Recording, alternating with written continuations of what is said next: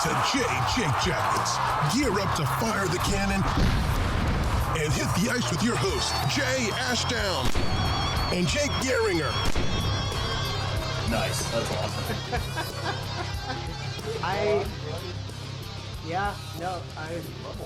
I'm excited for this whole thing. Jay is AWOL today, guys, for this. Obviously, we did the show with Mearsy. You can check out our 150th special. It's out on the YouTube channel already. And we're doing season previews now that we need to get the ball rolling. And our buddy, recruitment chair and FlamesCast host, Kyle Manifold, is here with me today. While Jay is out worse for wear with his bout of illness. No kidding. Thanks for having me. Yeah. First time. Wait, is this the first time you've been on our show? No, this is probably maybe two or three. Second or third, I think. Because at least it's been like a while. It's definitely been a while, but I think it's like something like that, second or third.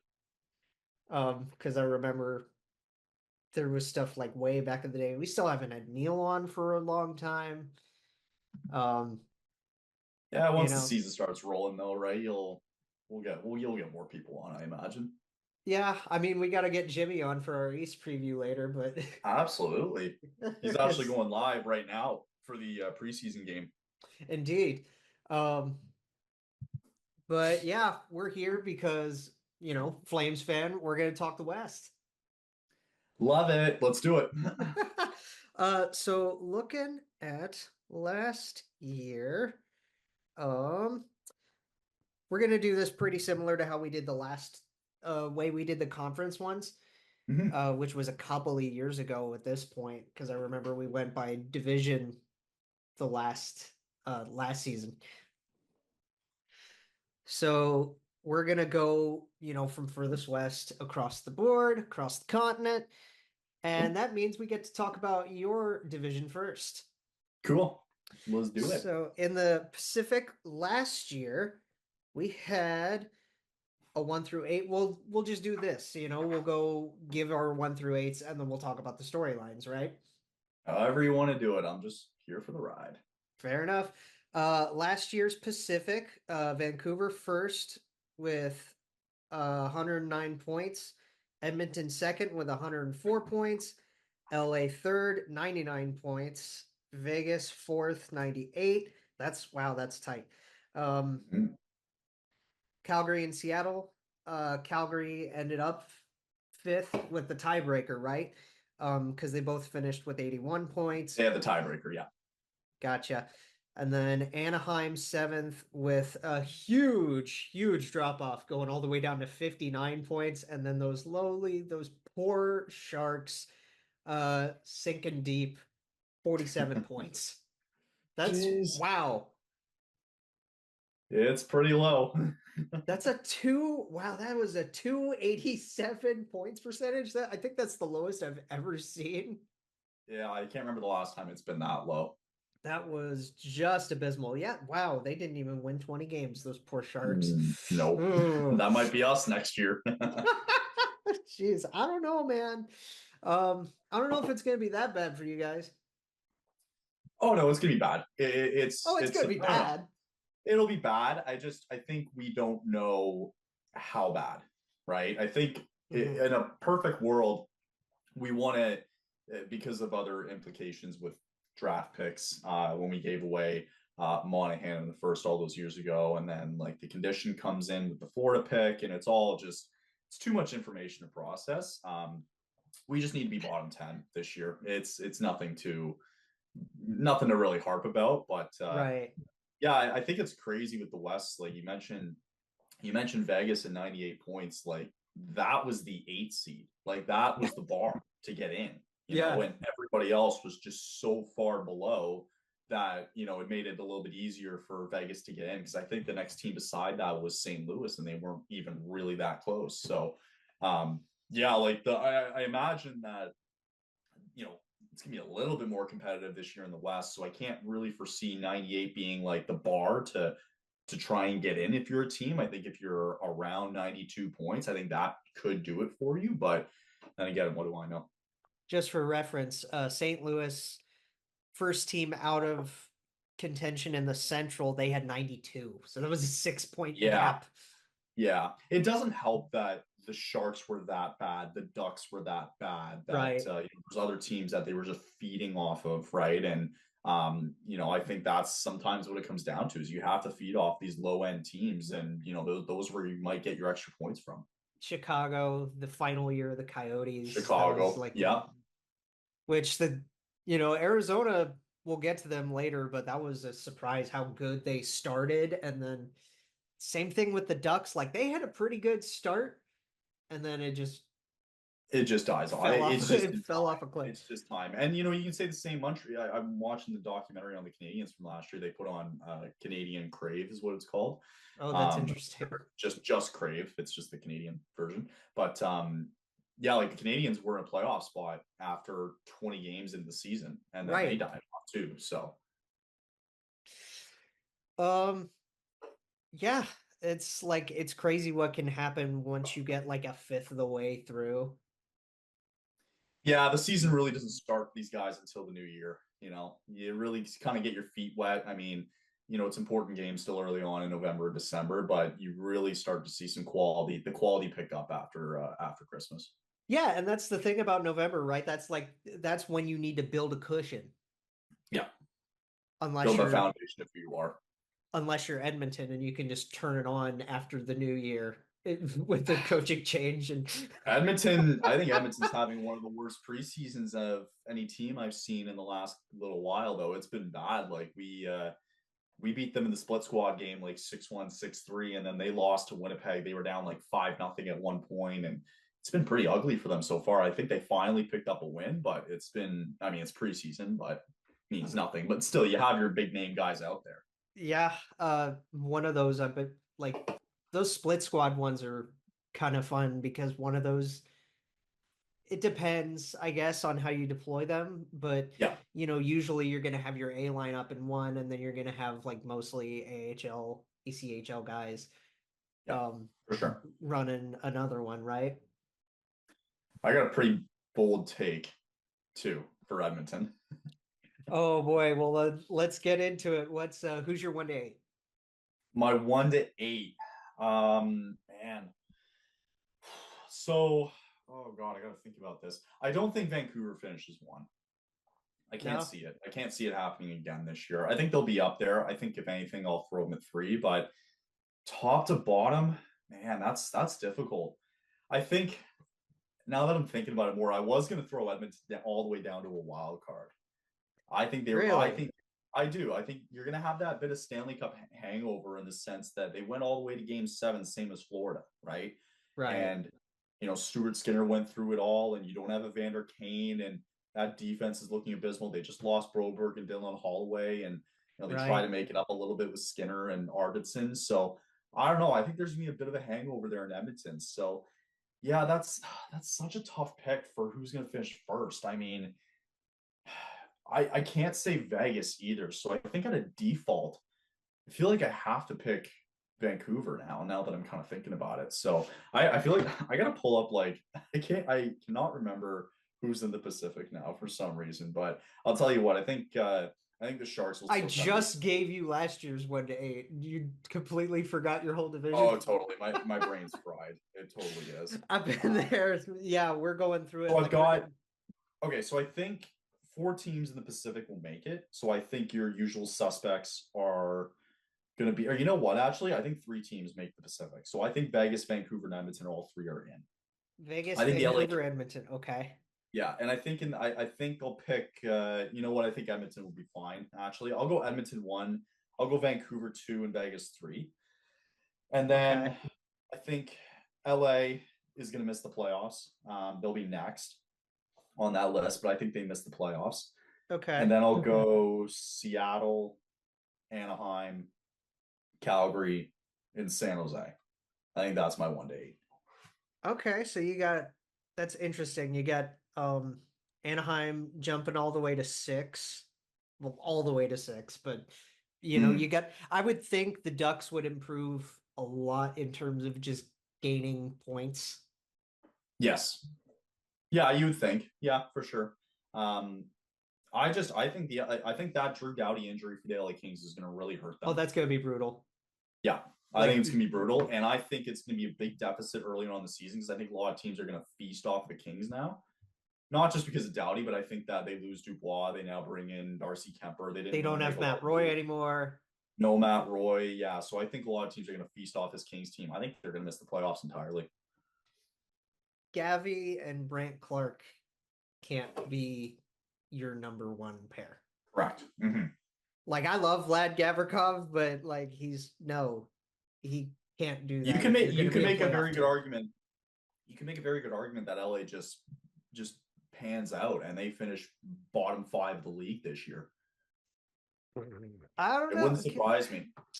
I don't know. They got that boost when Hiller took over as coach. Yeah, coach can only take you so far, though. That's very fair. Looking at it this year, you know what? I think Vancouver can do it again. Maybe not as like drastic, right? Like, I don't think they finish with a hefty 109 points because that was just like Thatcher couldn't be stopped. And obviously he's out right now. We don't know how long he's going to be gone. That's another problem, right? He's going to be out for a little bit still. I don't know how far archers can do that. Right. Like, I don't know how much of a load Shelovs can carry, but that's why you go out and you get the depth options that you could get. Like Kevin Lankinen did fairly all right in Nashville last year. And yeah. I still think they got plenty of the firepower up front. You got your usual suspects with Petey, with JT, with Besser. DeBrusk now. You get, Jake DeBrusk instead of Elias Lindholm. And you bring in the replacement for Zadorov was fine. Like, I think they can plug that in by committee. I don't even think they went out and got a big free agent defenseman, did they? Not really, no. So I think they'll have somebody step in. I think you can make the argument that this specific division is probably the worst division in the league right now. I mean, considering the bottom feeders in California, I think it's gonna be really bad. I think that division, it's gonna be really bad. I can't see them. I don't know, unless the deadline comes around and something big really happens. Because don't forget that Vegas also got Thomas Hertl around the deadline. They have Hertl now. So I think Vegas could find their form again a little bit. Maybe not. I mean, you lose Marchessault in the process, but I still think Vegas can be that. They can get there certainly. But I mean, other than that, I don't really trust Vancouver, especially if they don't have Demko right now. We'll see how it goes throughout the year, and you have DeBrusk, and I still think it'd be a fine team.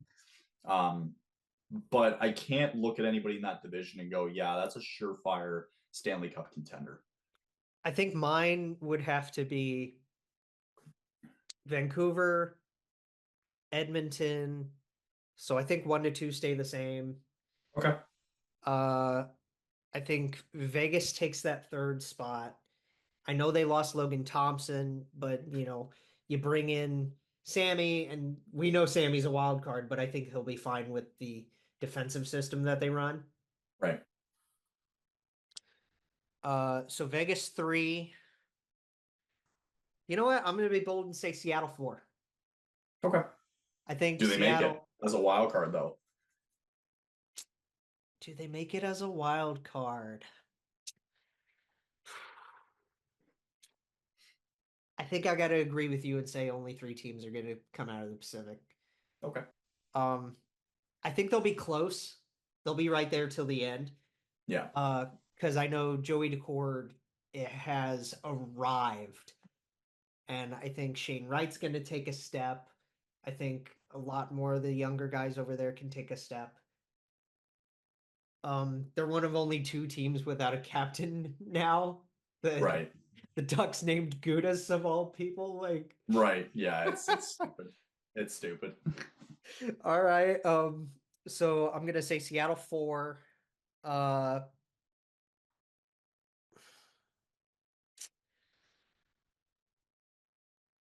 I'll go with the Kings 5 and the Flames at 6 because I'm not obviously you're the Flames fan, but I still don't, have I have way more hope than you do, I think, in terms of just I don't think they're gonna fall that far off a cliff. Yeah, I mean, the goaltending is just going to be a big question mark. I think it's a lot relying on Dustin Wolf to be that kind of 1A Oh type of yeah. guy. They got a lot of defensemen still, a lot to prove. A lot of young guys coming in up front on the forward core. So yeah, kind of it's a bit of a mix of everything. They don't really know what lines kind of work with whatever. So that's why I think it's a bit discombobulated. So Right. that's why I have them kind of pretty low. So yeah, I would have the Flames at 6 and then the Ducks. You know what? Yeah, I'll have to have Anaheim 7 and San Jose 8 again. But again, this is the problem, right? They're going to improve. They are. We're Yeah. not gonna see 59 and 47 points. I would hope not. Maybe an Because extra couple, maybe an extra 10 points here and there, but nothing crazy. uh I would say I would bet the over on 59 points for the Sharks this year. And then I would bet the over on I would say I would bet the over on like 68 Right. for the Ducks. So I think they'll each get at least 10 more points. Fair enough. Somewhere around that improvement. But you have the headliner in San Jose is getting Macklin, of course. Oh, of course. Absolutely.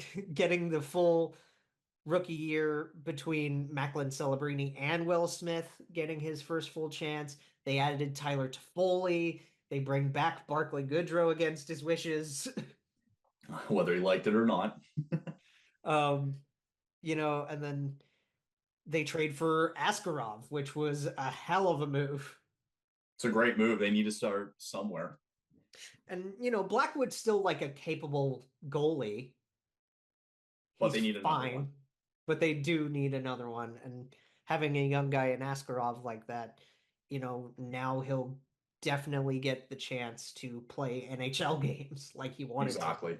Exactly, yeah. Cool. I don't like their defense. Yeah, it's a bit scarce.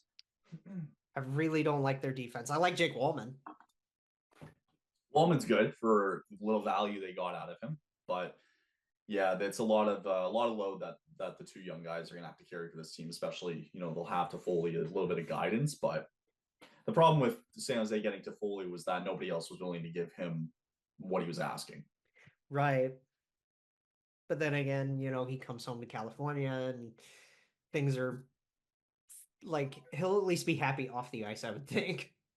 Yeah, you'd hope so. He's got a couple cup rings. He doesn't do much. He'll be fine. The Ducks are interesting because I think the only way they'll really look good is aesthetically. Yeah, I think their whole rebuilding plan hasn't really gone right. It's gone backwards a little bit. The rebuild hasn't quite started. The rebrand, I love it. It's nice. I'll give them credit. It's nice, but still, it's taken them a while to finally pull it together. It's get back to the roots and give it a tough sledding for those guys. look. Yep, tough sledding. They definitely I love the orange and it just looks awesome. Yeah, looks good. Yeah, we can look at the Central if you want. Yeah, because I don't think it's weird because usually the Pacific has good stories. I don't think they have any really good stories this year. In the Central, right? No, in the Pacific. Oh yeah, no, because it's mainly just kind of trying to run it back. It's Edmonton running it back. It's Vancouver? Can they repeat? It's Vegas trying to regain their form. Yeah. Kings trying to find a way to get back in, Stay right? relevant. And then really just any improvements from the rest.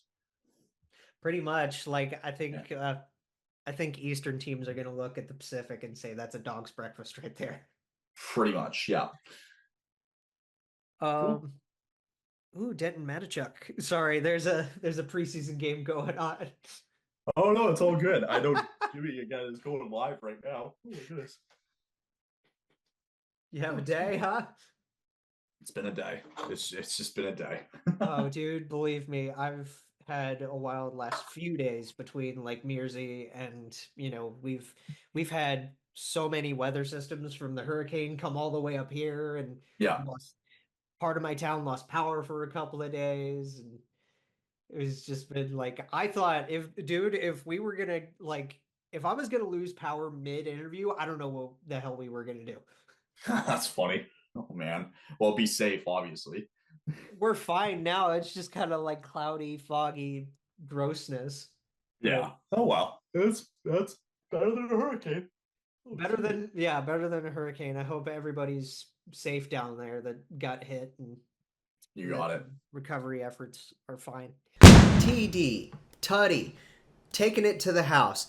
Whatever you call a touchdown, they matter so much more at a place like DraftKings Sportsbook, an official sports betting partner of the NFL. Are you ready to place your first NFL bet? It's as simple as picking a player to score a touchdown.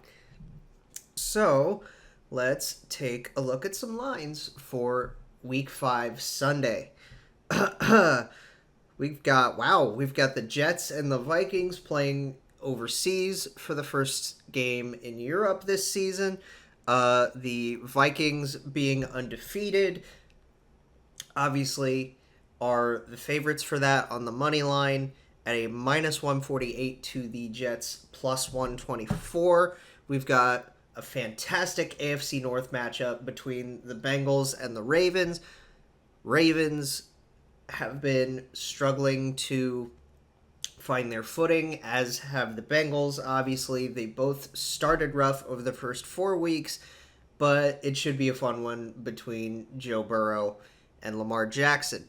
The money line for that is a minus 135 for Baltimore and a plus 114 for Cincy. And then we've got Sunday night. Excuse me, before I get to Sunday night, one more look at a 1 p.m. game that should be very, very fun. Josh Allen and the Buffalo Bills versus the Strouds, the Houston Texans. The Texans and the Bills are as close to a pick'em as you're going to get, a minus 105 for Buffalo and a minus 115 for Houston at home. So now we'll get to Sunday night, and that one will also be very fun between two teams that most fan bases seem to really loathe and love to hate, which for football fans, that's a fun thing. The Cowboys and the Steelers. You hear about these guys all the time.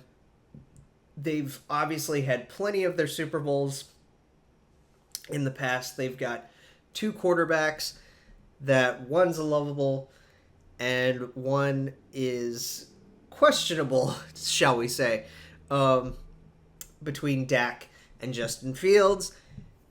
And this one should make for some crazy television after the Cowboys had a rough, kind of boring Thursday night game, and the Steelers are the Steelers. Like, they're just kind of, you don't know what to think of them until the end of the season, with more than likely a 500 record, or above 500 record, thanks to Mike Tomlin, and potentially a wild card spot.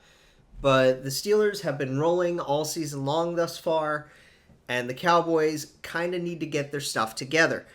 Looking at the money line for that, the Steelers are the favorites for Sunday Night Football at a minus 148 and a plus 124 for Dallas, ready to do a touchdown dance of your own? Score big with DraftKings Sportsbook, the #1 place to bet touchdowns. Download the DraftKings Sportsbook app and use code THPN. That's code THPN for new customers to get $250 in bonus bets when you sign up and bet just $5 and get 1 month of NFL Plus Premium. Only on DraftKings. The crown is yours.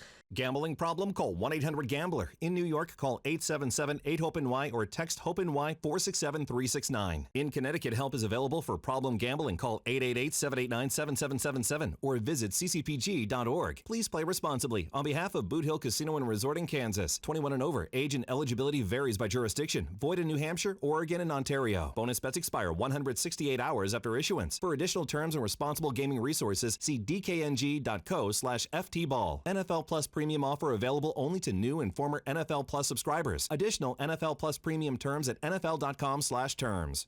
This episode is sponsored by BetterHelp. Are you learning anything new recently? Is there something that you've always wanted to learn? Not me personally, but my mom is actually learning sign language. Oh yeah, there's a lot of language is a big one for adults, right? Yeah. Now that we're in back to school time and we're going through all of that, I feel like college students, college graduates, we're always still trying to learn something new. Yeah, Mel's time. Mel's learning German too. Ooh. Yeah. I've always wanted to because my school only offered Spanish, because how small it was. I always wanted to learn.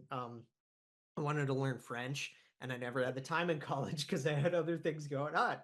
Exactly. Yeah, I took it for 4 years in high school. Right. But there's so many things, new skills, new wanting to do what we do. With the podcast thing, the video editing, that's something that people want to learn for fun. Some people want to be car people. Yeah. A lot of people want to be car people. Learning an instrument, just pick it up and learn how to play guitar or play some drums or something like that. Right, exactly. Drums is a lot harder than people make it out to be. Oh, yeah, absolutely.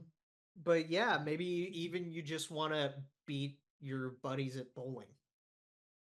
Or Mario Kart. Or, yeah, just practice grinding out Mario Kart, right?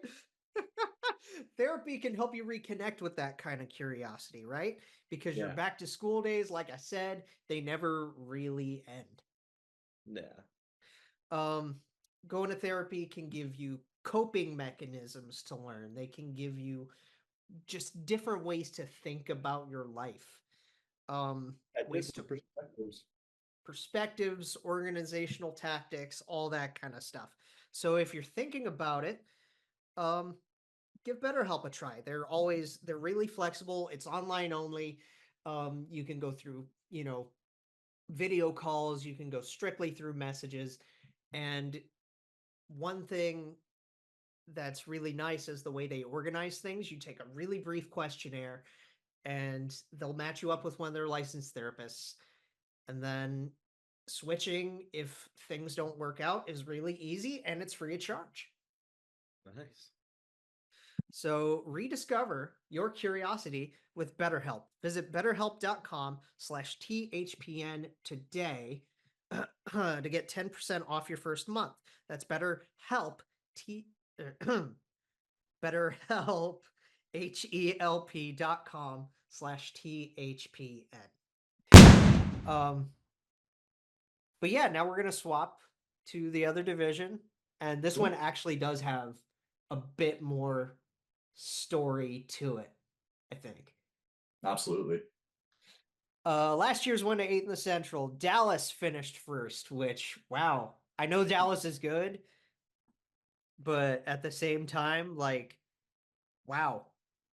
Yeah, they're not losing a lot of games. They were not losing a lot. They finished first with 113 points and 52 wins. Winnipeg's same number of wins, but a couple less points with 110. Colorado was third, 50 wins, 107 points. Nashville locked up that last playoff spot on a roll. with 47 wins and 99 points. St. Louis 92. Minnesota 87. That's when the drop off kind of starts Mhm. because Minnesota was just kind of iffy. at Hanging best. there. They were hanging. Yeah. And then we had our farewell tour with the Arizona Coyotes, finishing with 36 wins and 77 points. And Bedard's first year in Chicago, 23 wins and 52 points. Yes. Yeah. You can make a case for outside of Chicago, you can make a case for every single team to make the playoffs in that division. Honestly, yeah. Yeah. Honestly. Yeah. Anybody can make the playoffs in that division. So I probably put it. I think Dallas. I like them one again. I can't really see them being anything else but one. Their ceiling is one. Their floor, I think, is two. One or the other. Yeah, Winnipeg, man, they haven't really changed much from what I recall. And I mean, with the Avalanche too, like, you can kind of flip flop with them a little bit. So I think fairly it should stay somewhat the same. I think I'm going to give Winnipeg the benefit of the doubt here. I like Winnipeg at 2. I still think they still have a lot of really good pieces together. The trade that they made with Dubois all those years ago really starting to show its true colors, and it's a really good thing they have going there. And Hellebuck being the number one, I mean, their defense too. It's young, but I still like what they have. So they have a I'll give couple. Winnipeg. They got a handful of young kids coming into up front, and they'll be fine. I think they'll be fine. I'm not all too around because you're keeping the band together, and so I think they'll be fine. I think they'll find their footing. I like them at number 2. I wonder how Scott Arniel's gonna go. Yeah, his first year as coach, and that's the question mark. Sometimes new coach. I mean, hey, look at the new coach that they got in Edmonton last year, and McDavid dragged him all the way to the final, right? So dragged him. Well, I mean, that was his junior coach. Well, fair enough. Okay. So it's funny because, like, just as an aside with Edmonton, one more time, I guess, ever since they've like started to build up through this contention, it's been like, try to bring in somebody that Connor's known from juniors and see if that sticks. See what happens. Because we got Knobloch, we had a stint with Stromer, we had Brinksy, they brought in Connor Brown. It was just like, can we bring in all of his Otters teammates and just remake the Otters really quick? Exactly. So I got Nashville 3. Ooh, Nashville 3. Yeah, I like their additions from this offseason. Starting to round out, you get that leadership in Stamkos. I mean, that was huge. They had pretty evident though, like in the playoffs, that they needed goal scoring. I think they won the offseason. Yeah, they got Marcia, so they get Stamkos. You get Brady and Sky. How do you pronounce his name? Shay. Shay, thank you, Jesus. Sky. No, I know, right? Brady Shea, he's gonna help shore up that defensive core. You still got Roman Josi, UC Saros all locked down a little bit. Bring back Ryan McDonough, sure. Bringing back Ryan McDonough, sure, that works too. No, wait, I like Nashville 3. No, wait a minute. Where the hell is he? I think that's gonna. McDonough, no, he's back. He's back. Is he back in Nashville? Okay, I thought he was like I thought he was back in Nashville. I think that fan base is just going to feed off of it, and I think they find themselves third in that division. Yeah, I mean, we know how Nashville fans can be. They're a wild bunch back there. I totally agree. I've got the Wild finishing in 4th. Ooh, I like it. I like the Wild 4th. I think this can be the year that Philip Gustafsson is going to show why he's a top 5 goaltender in this league. Okay. I love Philip Gustafsson. I think he's going to be really good this year. People are sleeping on Matt Boldy. I think he's going to be stellar for this team. It's a young group back there. When they got Zeke by him, I don't think he'll play this year for the Wild this year, but I just, with their core, I mean, just kind of looking up to their roster real quick. I love Gustafsson. You still have Joel Eriksson Ek, Kaprizov still there, still veteran core. Jeek is the most underrated player that they have. Marco Rossi, Trennan, Zuccarello's still there. Defensively, Brock Faber, he's young. He's going to have another He's a really good step up stud. here. Jared Spurgeon back there to show veteran Of leadership. course. You got Merrill, it's a good foundation that they have. I like them finishing fourth. I think they have a better year. Yeah. I like the Wild fourth. And I like the St. Louis Blues fifth. Okay. I got the Colorado Avalanche missing the playoffs this year. Wow, you have them dropping way off, huh? I have them drop. That's probably my biggest hot take of the season is I think they missed the playoffs entirely. I think so. I don't think they have the depth to face off against that Central Division. I think I'm just looking at it. So goaltender wise, it's I mean, pretty, we know that's a tough. You're relying on Georgiev again, right? Yeah. Your forward group, you have Jonathan Drouin. Okay, I mean that doesn't show much for me. Ross Colton, Gabriel Landeskog, he's on the LTIR. Arturi Lekkonen's out with a shoulder injury. Nikushkin's on IR. We don't know how long he's out for. So, it's just, and really, it's just, okay, you have Nathan McKinnon and Mikko Rantanen. And defensively, you'll still have, you got Cale Makar and Shillington.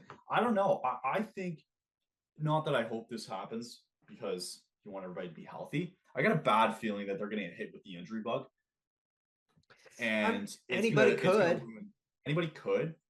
I got a really bad feeling about Colorado this year. I think you could hit them really hard. And I don't know, man, I think everybody's got so much more depth compared to Colorado. And don't get me wrong, they're going to win some games here and there, but I think they could slide all the way out. Interesting.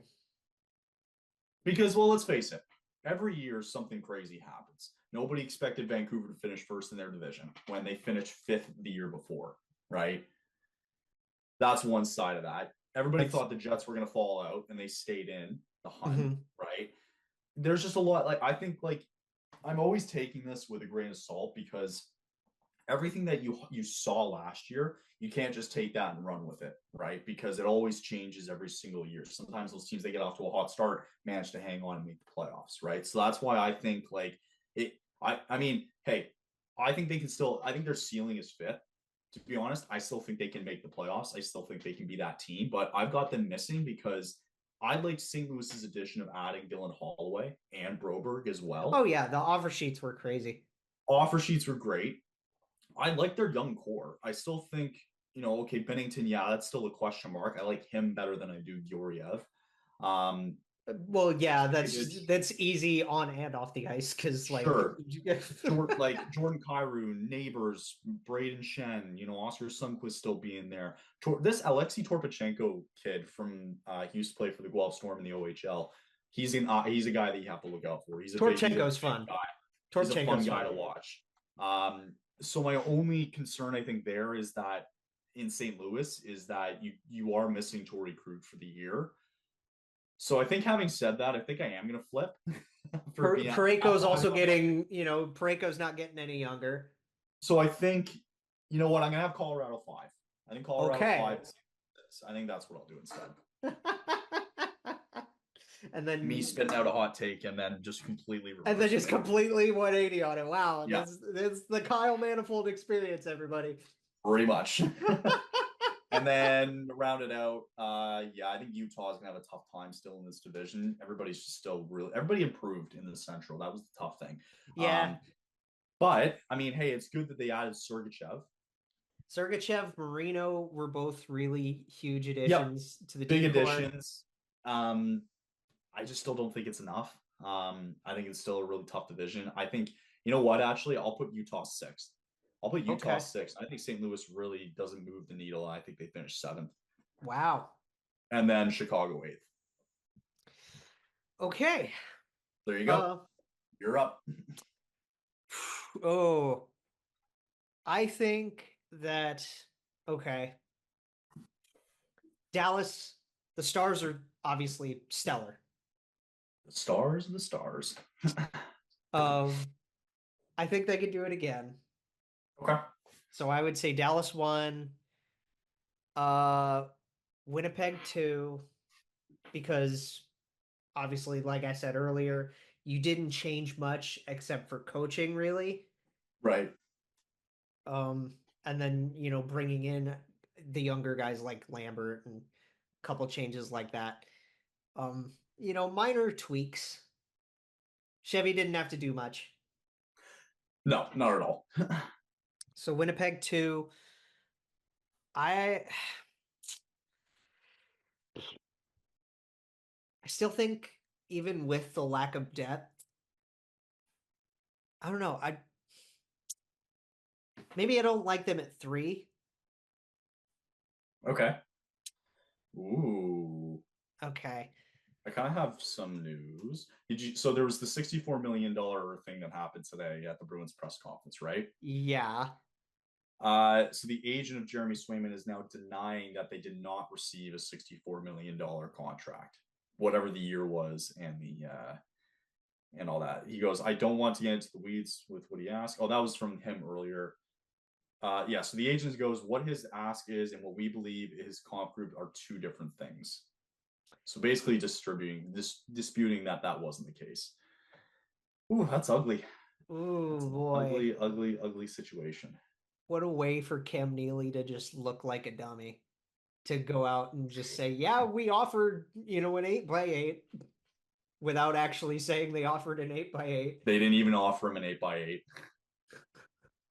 Anyway, sorry, continue. Jeez. This is weird.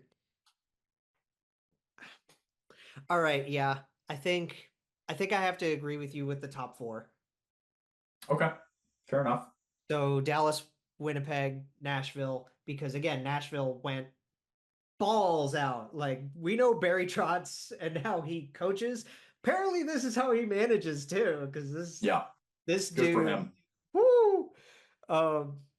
Especially with, inking Saros the way they did, getting their guy locked up, getting the bells of the ball this year in Stammer and Marchie. You still have Phil Forsberg. You have plenty on the back end between Yossi and McDonough and the younger guys that are back and there. Now Brady Shea. And now Shea to shore that up. Yeah. So I think I got to go with Colorado at 4, though. Sure. Fair enough. Because I still think with even the lack of depth that they have, there's so much firepower in that top 6 and that top 4 that should make up for mistakes that Georgiev has had. That happened last year. Yeah. Georgiev finished with what, an 897? It might not get better. It was ugly, and I still don't know if Eustace is ready. He won't be. Not yet. Not yet. So I think it's going to be a little bit more distant. Like this 107 to 99 gap, I can see a similar spread happening. Mm-hmm. Just swap the teams. Yeah, it'll be close. I think Mini can finish 5th. They can finish as high as 3rd. Because I think, you're going to have, like you said, with Gustafsson, he could break out this year. You have Kirill leading the charge with Jeek, with Marco. They have plenty of guys up front that can do it. And with this being Flowers' last dance, yes, Marc-Andre's going to really want to show out every chance he gets. Might as well. Give whatever he has left and then call it a day. He's still even in a limited role, he's got gas in the tank. He can do it. Absolutely he does. So I think Mini gets 5th. I'm going to say Utah 6. They've shown, I know they finished 7th last year in the final year in Arizona, and it still feels weird calling them like an expansion franchise. This whole thing is just giving me a headache. It is. Absolutely it is. Me too. But, they're going to go as far as Keller, Cooley, and Gunther can take them. And Sergachev. and Sergachev, but I mean, just speaking up front. Well, he'll bring that offensive power too. Like he's an offensive defenseman. Yeah. I think Ingy can follow it up. To what, Tijigila? No, Connor Ingram. Oh, Ingram. Oh, sorry. I heard Iggy. I was like, oh, I don't know if Tej is going to make the team. He won't make the team. No, not too early. Too early to make the team. Yeah. I don't know. We've seen surprises like that. Yeah. Well, we sent our 9th overall pick down back to the junior team. So it's fair enough. Early. I mean, our fourth overall pick is dealing with an injury. So. Yeah, exactly. Poor Caden. I hope he's okay. Yeah, I know, right? Jeez. I think Utah can finish 6th and make the case for a playoff spot. Okay. I think they're going to be fighting to the end for it. Interesting. Okay. Very interesting. Because my biggest thing with Utah is, is Cooley going to follow it up? And I think he can. Yeah, he will. I think he will. And then that leaves, St. Louis at 7, I guess. Yeah, I mean, they're pretty battered up on that blue line. And then Chicago at 8. And I think that, Chicago is going to have vast improvement, but it's just not going to be enough. Right. So, going into these roster stories, right, you have a sophomore year for Connor Bedard. How is his encore going to go? Well, he's got more support now, so it's going to help a little bit, but it's how good is Tyler going to look? How healthy is Taylor going to be? Yeah. Like it's a brutal division. That's the problem. Yeah. You put Chicago in the Pacific Division, I think we have a different story. Yeah, if Chicago's in the Pacific Division, they're probably as good as 4th. I agree. Yeah, it's just they'll have to play a lot of divisional opponents this year, and that's not in their favor. No. I think really, I don't understand. I don't like doing this from the app. Because this is so counterintuitive to look at everything through the app because I got to go back and forth between windows and stuff. It's all good. So I'm looking at Chicago's roster right now to look at their additions and things. It's kind of like you added Taylor. Yeah, basically. Like pretty much. And they have their number 2 overall pick as well too on defense. That the European, I can't remember what his name is. Levchinov. Yeah. Okay. I think so this is definitely like they've got depth. They've got old depth. I mean, they like it's gonna be tough sledding. A lot of their bottom 6 is like, genuinely 32 plus. Nick Foligno, who they named captain as well. Oh, my guy. Yeah. Perfect choice too. Perfect choice. It was a good fit. Oh yeah, Turbo's back. Duh. And Turbo. Yeah, Teravainen's back. That'll be fun. Yep. I think he'll oh my gosh, he'll be lucky to have him on that line. Teravainen and Bedard. That'll be a good line to have. Whoever they stick him beside with. I think it'll be Bert, Bedard, and Turbo. That's the consensus that it's probably going to be that. And then second line would probably something like Reichel with, I don't know, Kurashev on the right and maybe Dickinson on you down can the middle. Like that's yeah. It's weird because looking at how they list guys, you have so many guys that are listed centers that like it just kind of plugs up the where do you put guys like exactly. I mean? Yeah. It's like looking at your Flames. I was like, how many centers are forced to be wingers in Calgary? A lot of these guys. Yeah, I mean, there's the odd one, but I think when we stuck them over on wing, it's kind of benefited them a little bit. So it's been nice. Like Sharon Govich playing centers worked out really well. Thinking who else? Zari, they stuck from center to left wing. That's actually turned out really well, but he can also play center in case they lose a draw, right? Which happens a lot. So that's kind of something that gets passed over a lot too. But yeah, like it's good to kind of have that depth and then stick them over on a wing, because if they need to win a draw, then they can always just come in and do it. Depth guys are always interesting in Chicago. Like Joey Anderson found a home there. They still have Athanasiou. Obviously Nick Dickinson, Donato is there. Yep. Khrushchev is going to be fine. They added Patty Maroon for a little toughness. Like that's going to be fun to watch. Yeah. Oh my gosh, wherever you could fit him, right? I mean, he's still getting paid. Somebody's still paying him. And Mikheyev, like Mikheyev's going to be a real fast option on that third line. Exactly. He'll be fun, as long as he can stay healthy. My big question for you with these guys, just looking at this roster, does Lucas Reichel take a step, and does Frank Nazar make it? I think Nazar makes it, whether it's at some point in the year or at the start of the season. Regardless, he'll find a way on this roster. I'd like to see Reichel take that step. It'll be tough though, because it's just you might be asking him too much in a division that's just going to beat you down. So, he can try and take that step. It's going to be tough, and it's been tough for for Bedard. But it's just gonna be tough overall for that team, because they're kind of stuck with tough opponents. I know you mentioned Levshinov earlier. I don't think he makes.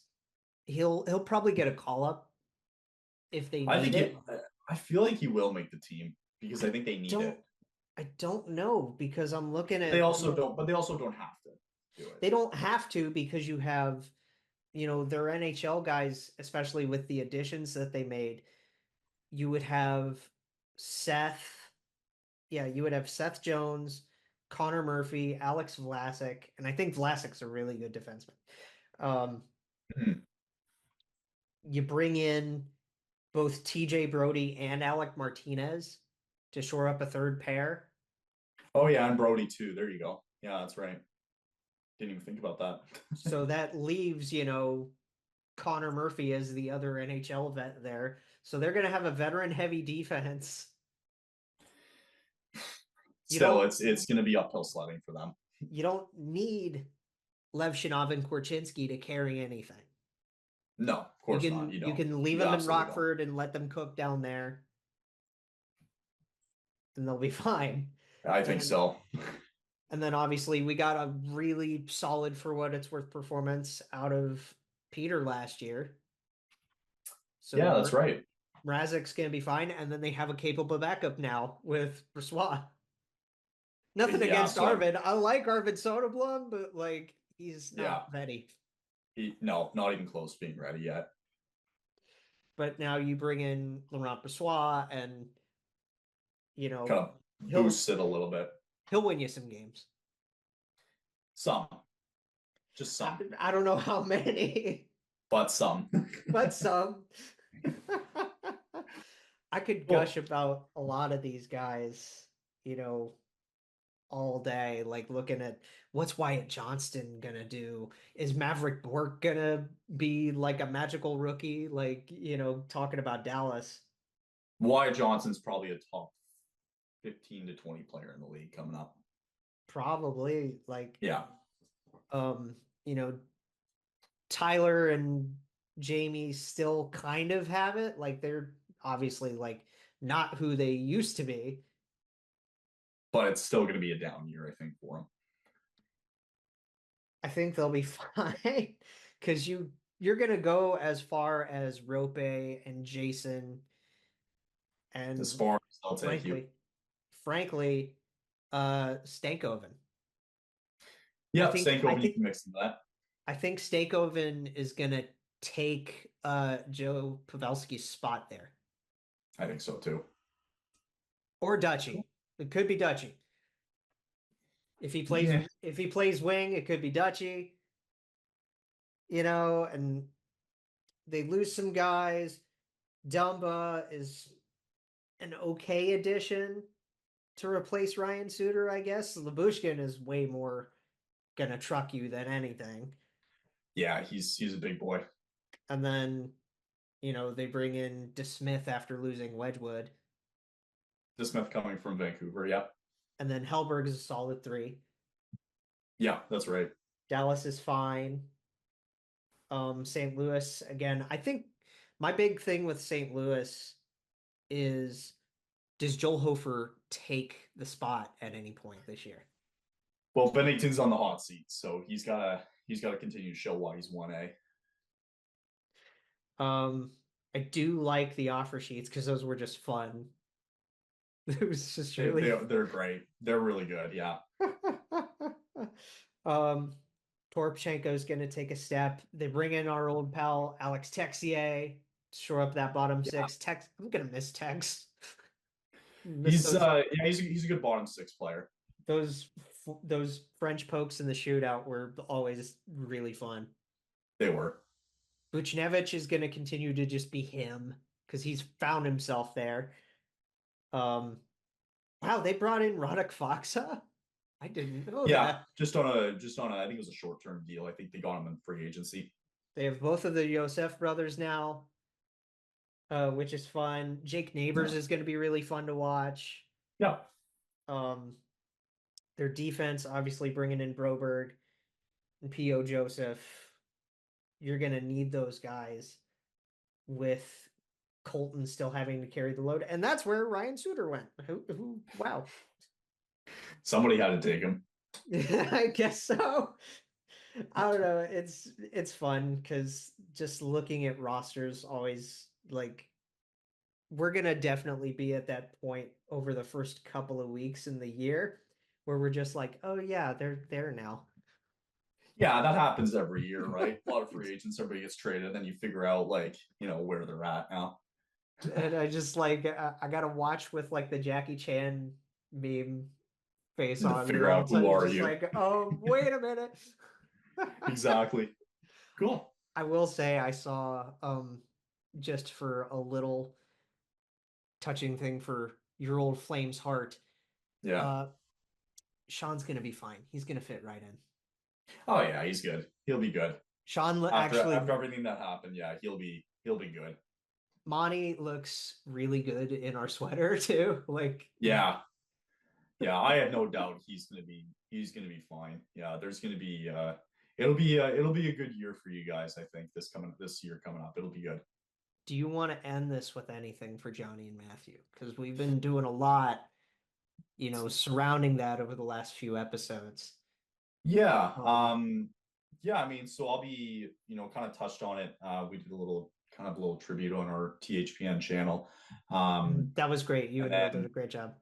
And then, yeah, like we probably won't, we'll bring it up again when the two teams face off first time around, whenever that is. I think it's in November. I think you and I need to try to do at least one of those games together. Oh, of course. Yeah, for sure. But yeah, I mean, it's still, it's I don't want to use settled as the right word, but it's time has passed, where the news is, has come and gone really. Yeah. Having been a month now. Yeah. It really, like, I don't think it'll really come back to fruition until we see that home opener with Columbus. Like that regular season home opener, game 1 is going to be something special to watch. And, I think the Blue Jackets are gonna feed off of it. I think they're gonna have a good year, and you hope for the best, and you just gotta try and move on. But as tough as it is, I think they'll be okay. Well, I addressed this when we did our big Johnny show that just doesn't go away. Yep. So we'll see how much that eats at these guys and how much it feeds these guys at the same time. I would think. I think it's going to feed these guys more than it will. Oh, it totally will. It'll feed them more than it'll eat at them, for sure. And I think they'll be okay. Anything about those two in particular that you didn't say in the THPN thing that you want to say here for us as fifth liners, for Flames buddies of yours that maybe need to hear something? Yeah, I mean, their connection goes all the way back to when Sean and Johnny were drafted, right? Like that, you can tell like that's just how close they were.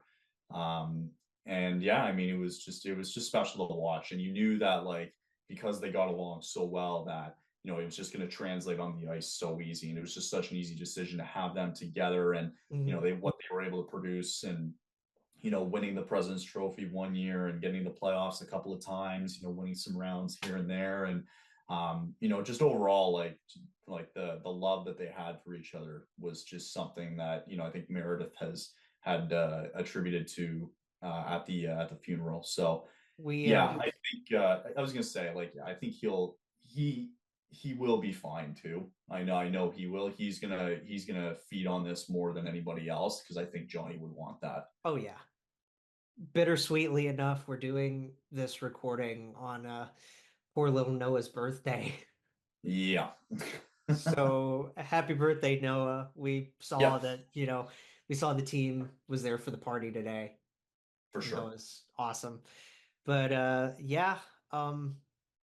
that's the best in the West.